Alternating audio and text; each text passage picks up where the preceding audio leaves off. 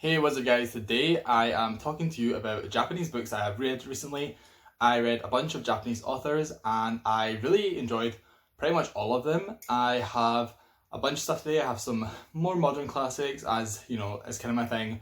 I have a couple manga and then I have like some more modern books. I have a crime book, which I hadn't really read anything like that before, and then I have Battle Royale, which I loved. It was 5 stars, so I have a lot to talk about. And I thought as well that I would have some sushi and do a little mukbang, since mukbanging is like my secret passion.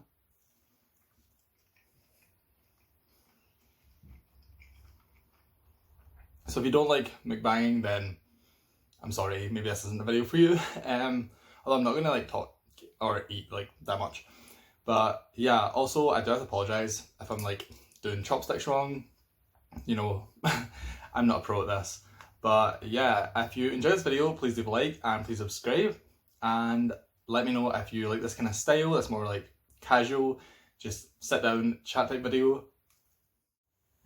So the first book I want to talk about is Colorless Sakura Tazaki by Haruki Murakami, and this is about a man who, when he goes off to college, before that, like all through high school, he had this really close-knit friend group. They were all like super best friends, and then when he went to college, they cut him off completely and would not tell him why and just abandoned him.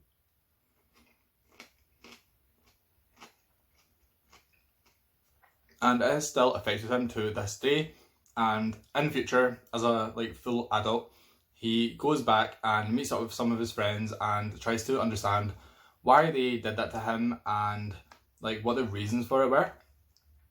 This is quite a philosophical book, and it actually kind of gave me anxiety at points, because obviously not full-blown anxiety, but you know what I mean. Because it was like such a relatable situation, and the way that they described it, the way that Murakami like wrote all this man's feelings about like his friends just suddenly abandoning him, like the people he thought were his best friends just completely cutting him off one day. Like, I think we've all had friends that, we just drift from, but then also friends where like nothing really happens and then you just stop talking, and that type of thing like is really sad. Like friendship breakups are just as sad as like romantic breakups. And the philosophical conversations in this book really did remind me of Dorian Gray at parts, just the way that it was written and the topics that they talk about, it kind of reminded me of Dorian Gray, and I really enjoyed it.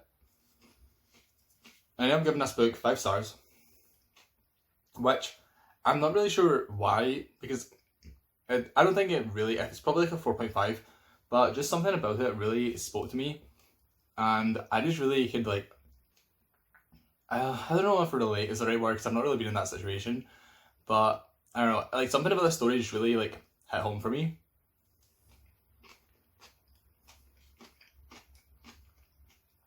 And I do have to say that there are trigger warnings for rape. I think that is like the main one. It's not much, like there's not much plot to it. It's basically just him going to talk to his friends, but I really enjoyed it and I would highly recommend it. Like, this is the first Murakami book that I've read, and I definitely want to read more. I definitely want to read 1Q84, and like, just, he has so many different books, but yeah, I completely understand like the hype around him now, because this was like a really great book. Next, I read Prefecture D by Hideo Yokoyama, and this was the crime book. It was a bunch of short stories. I think this author mostly writes crime books. And this one was like 4 different short stories, and they were all very like internal affair type stories. Like revolving around the police officers and the other people within like the prefecture, which I think is like the area, like the department, or like the station, I don't know. But anyway, they were all like internal stories about like the staff, and I thought they were kind of good. I didn't love them. I gave it 3 stars. I felt like all of the endings to like the crimes and like the mysteries, I feel like, I don't know if crime and mystery is really 2 different genres, but all the stories had like a little mystery aspect to them, obviously trying to work out like who's behind whatever the story's about. And I felt like when he explained like the conclusion, none of it really made sense to me. Like all 4 stories, I was like, I didn't really understand how the characters would have came to that conclusion and like worked it out, because it just kind of came out of nowhere, and they managed to connect the threads and the dots like so perfectly. And I was reading it and I was like, I don't really understand how they ever would have come to this conclusion. Like, it was interesting, and all the stories were like quite interesting, but like the conclusions just kind of didn't make that much sense to me. But overall, like, I would recommend it. I don't know, I think I would be more inclined to read a novel by this author rather than the short stories, because I felt like, I don't know, they just weren't developed enough. There wasn't enough clues that could lead you to the conclusions. So, I don't know, like, it was okay. It was 3 stars. The next book I'm going to talk about is Battle Royale by Kushin Takami, and I love this. I done this as a buddy read with Alistair Reviews It. I will link to his channel down below. It was really fun to like read quite slowly. We read like 50 pages a day. It's quite a big book. It's like 650 pages. But I really enjoyed it. So if you don't know, it's kind of similar to The Hunger Games. They came out before The Hunger Games, and it's an adult book. So it's about these kids. They're all one class. They're all classmates, and they are chosen to go take part in Battle Royale, which is like a government program type thing where they all have to fight to the death, and there's only one survivor. And it's really gory and very gruesome, and I really enjoyed it. I thought all of the kills and the way the characters died were really impactful, because a lot of the characters, you only met them on the chapter that they die, but the author managed to give them all so much personality and so much backstory and character just within that like one short chapter, that when they died at the end of the chapter, you really like felt for them, and the relationships between all the different classmates were explored, and they were really interesting and quite heartbreaking, because they would react to each other's deaths, and obviously they're like kids. I think they were like 13, 14.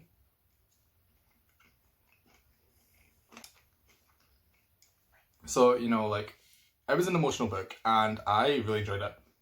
I think that all the relationships between the characters were interesting, like I said, and the way that the relationships were tested, like couples who you would expect like to be there for each other, because of the situation and like the tension, like they couldn't trust each other, they'd run away, like a lot of stuff, and it was quite realistic. I thought some of the characters were a little too smart, I think, for like 13, 14-year-olds. Like, there was one that was into like computer hacking and stuff, and I don't know how realistic he was. Like, he seemed a bit too smart to me, but overall I really enjoyed it, and I thought all the action was well written, and all of the deaths were pretty unique. Even though there was a lot of characters that just died because of like shootings, like there was a lot of guns involved, the way that the situations arised and the deaths happened were all like still really unique, and like every character's death was interesting and, like I said, heartbreaking. So I would highly recommend it. I give it 5 stars.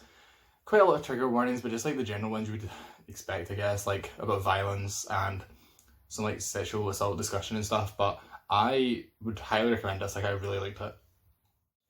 The next book that I read was The Sailor Who Fell from Grace with the Sea by Yukio Mishima, and this book is again kind of philosophical. So the very simple explanation is that it's about a very angry and disillusioned boy whose mother gets a new boyfriend who is a sailor, and the son is very violent. He's in like a kind of cult-like friend group.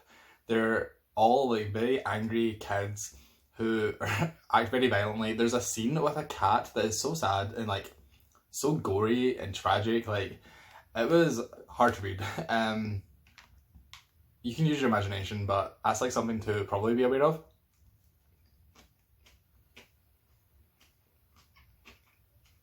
This week mostly just explores like father and son dynamics and relationships and masculinity and the meaning of glory, which is an interesting topic and one that is very linked to Japan, I think, as a country.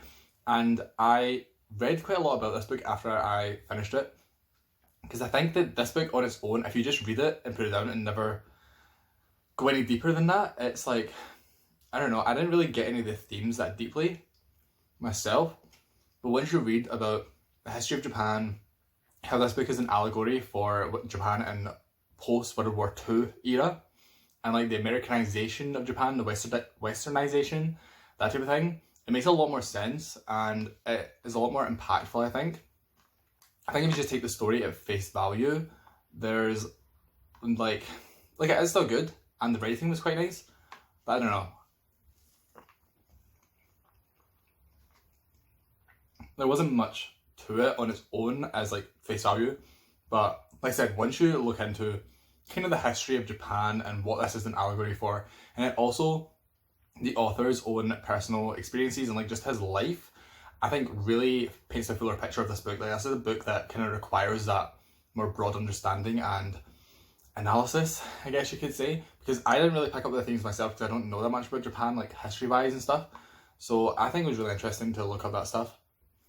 And then also the author had a really interesting and quite sad and tragic life. And I think that the themes of glory, once you look up how he lived his life and how he died, it makes a lot more sense and it really ties everything together.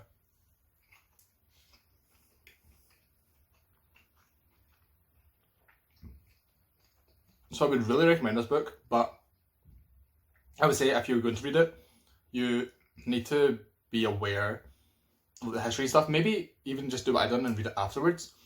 I don't think you need to read it before, but definitely like this is a book that if you're going to read it and you want the full experience, you need to be prepared to do like some research.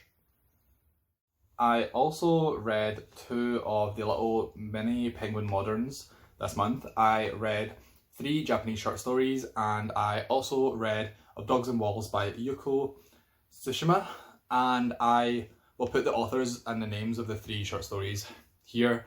I'm not going to go into any detail on them because they're all like 10 to 20 pages long, so like I could probably summarize them in like a minute.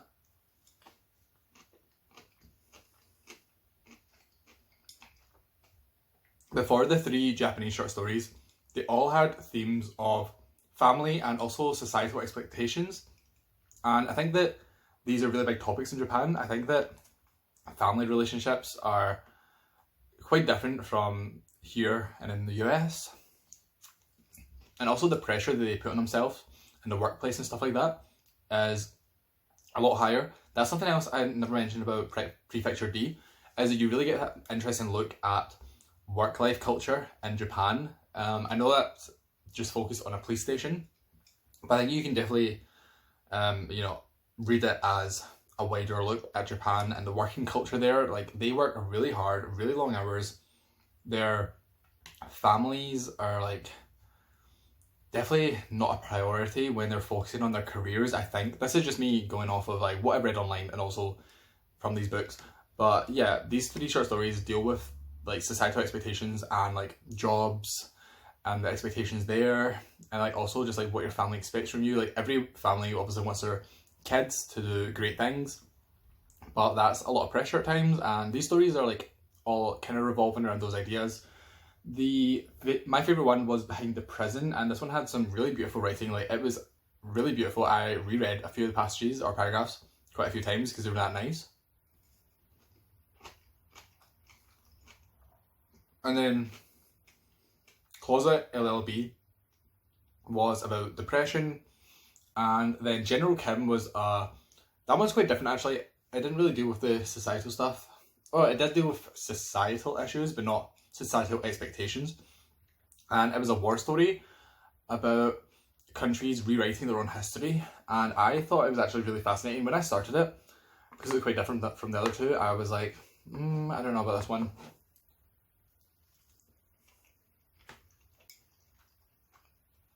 It was actually really interesting. I made a really good point. It was kind of, I think of 1984, where they rewrite their history so that the people in the country don't know what's true, what's not. They don't know how long they've been at war, any of that stuff. It's kind of like that similar idea, and I thought it was really well done. Even though it was like 10 pages, like I thought it was really well done. And then Of Dogs and Walls was 2 short stories. I kind of forgot everything about them, to be honest. They were nice to read and I enjoyed them when I read them, but I think they were 3 stars. The Watery Realm, so there's 2 stories. There's the Watery Realm, and then there's Of Dogs and Walls. And the Watery Realm had some discussion on family expectations again, which I think is like quite a big theme in Japanese literature. Like the sailor who fell from grace with the sea also dealt with that, and even Prefecture D, the crime story one, like it talks about families and stuff like that as well. So I think it's like quite a common theme. And then Of Dogs and Walls is about children with special need, grief and loneliness. And I thought that one's quite nice actually. It didn't really stick with me like I said, but I think it was really nice. And I think that, you know, these books cost like £1 or £2 and you get like three short stories and 2 short stories. So I think they're definitely worth the money.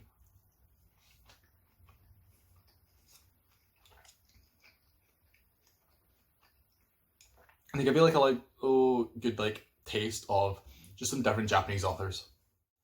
The 2 manga that I read this month, the first one you will all know about probably, and that is Death Note by Sugumi Oba. And I love Death Note. I read it back in like 2010. I was like obsessed. I cosplayed as Light and as L in separate occasions. I was like a big fan, and I've reread a couple volumes here and there over the years. I reread volumes 3 and 4 this month and really enjoyed them. Actually meant to put my nice box set up here, but I just forgot until last moment. But yeah, Death Note is about a boy, Light, who Shinigamis are... I should have fixed this explanation where I started.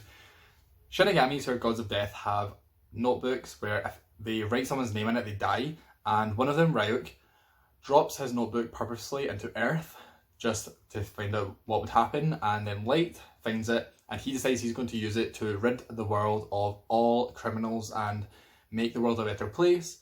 And then L is a super amazingly smart detective who is on the case to work out who Kira, which is what the nickname for the killer is, who he is. And then there's a lot of like drama that happens.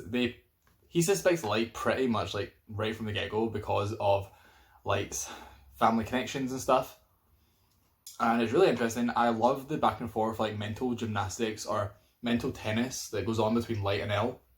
It's so smart. The characters are so amazing. Like the plot is just like mind-blowing.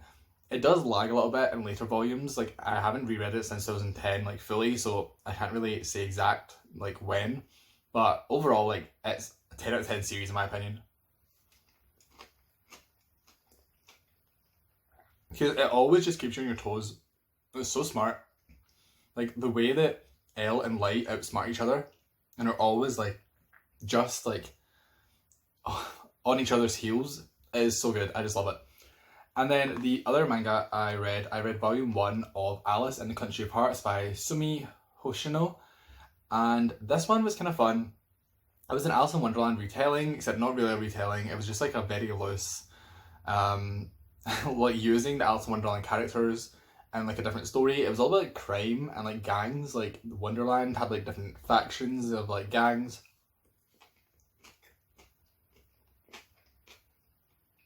And I thought it was fun, but I don't think I would continue it, to be honest.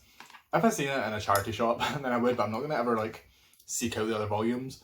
But yeah, it was fun, and I like Alice in Wonderland, so I like most things about it. What I liked was, I feel like people are obsessed with making Alice in Wonderland dark, but this one didn't go into like the whole like mental illness kind of side of things, which a lot of people do go for. This one was like about crime and like gangsters and stuff, so it was kind of fun.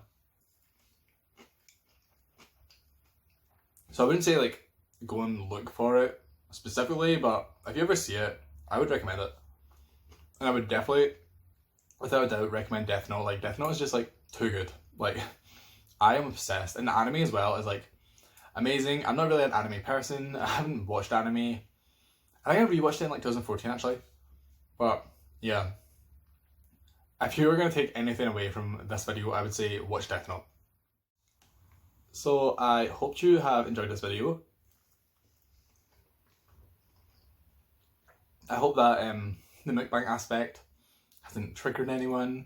You know, I know some people really hate hearing food noises. I don't know if I'm close enough that you can actually hear like chewing noises. I hope not, because that's kind of too much. I just thought this would be fun. Something unique. You know, I feel like most butcher videos kind of blend into one. I find it hard to watch a lot of butcher videos in a row, just because like they are pretty similar a lot of the time. But even though obviously everyone has their own personality and stuff, like the content can be pretty similar.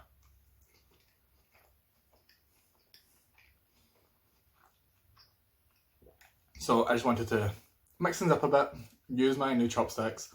They have these little duck, I don't know if that's focusing, like little duck holder things that, look, how cute is that? So if you enjoyed this video, please leave a like, please subscribe, and let me know in the comments any Japanese authors or books that you have read that you think I should, because I'm definitely going to read more. I think it's just so interesting to explore different cultures. You know, I done France, which is similar to the UK because they're both European, and now I've done Japan, and next month I'm doing Russian books, which I'm very excited for, although I think it's mostly just classics for Russia, but yeah, I'm excited. So thank you so much for watching, and I will see you in my next video.